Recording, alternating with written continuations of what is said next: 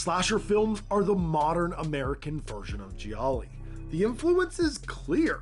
You've got hyperviolence, gore, nudity, and at times a mysterious killer stalking around. Yes, the two subgenres can differ greatly in some areas, but there's no doubt Giallo films inspired slashers. So it's funny to think that slashers tend to be so formulaic, especially during the slasher heyday of the early 80s. Giallo, on the other hand, tended to be more unique and original. Sure, you have your typical murder mysteries, but not every Giallo has to have hyperviolence or even a mass killer. Some are just really interesting and unique stories, like tonight's film, 1971 Short Night of Glass Dolls. Yeah, awesome title, I know. Welcome to the HellBound Horror Show.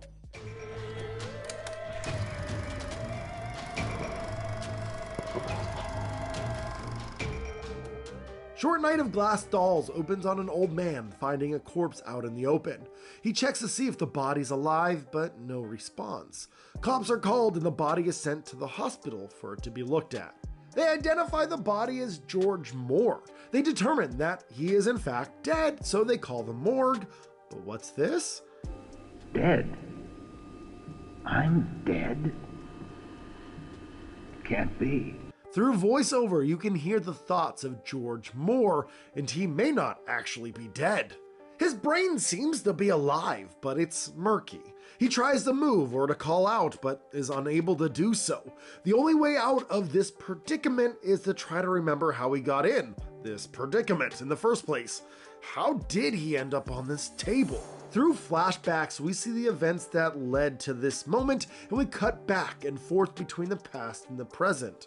George was a reporter and doing well for himself. His girlfriend came to town to spend a few days with him. They are so in love, and eventually he takes her to a work party where we meet all the assistant cast.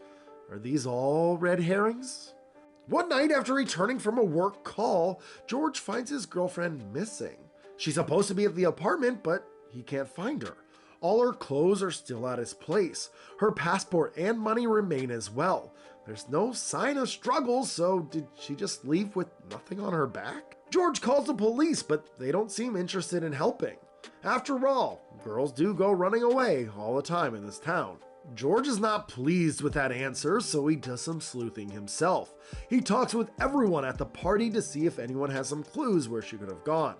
George finds out that maybe this isn't a rare occurrence after all, and through a friend he tracks down other families who have had children or young adults go missing in their families. The closer George gets to the truth, the darker and more intense things become.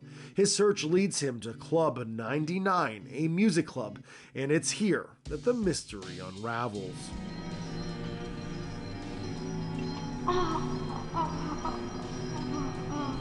While George remembers all of this, he's put in the freezer.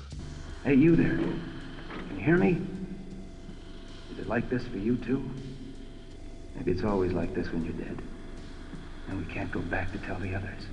George's friend, who's a doctor, confirms that the body is George, but notices rigor mortis hasn't even set in and it's been a few hours. The body also has remained at the same temperature, even though it was just in the freezer. George's doctor friend does some tests.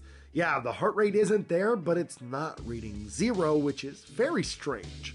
Will the doctors find out that George is alive, or will George uncover the mystery before his body is buried in the ground? Short Night of Glass Dolls is an excellent story told exceptionally well. It doesn't take long for the story to hook the audience. The mystery is the draw of the film, and the conclusion is a bombastic finale that will grip you.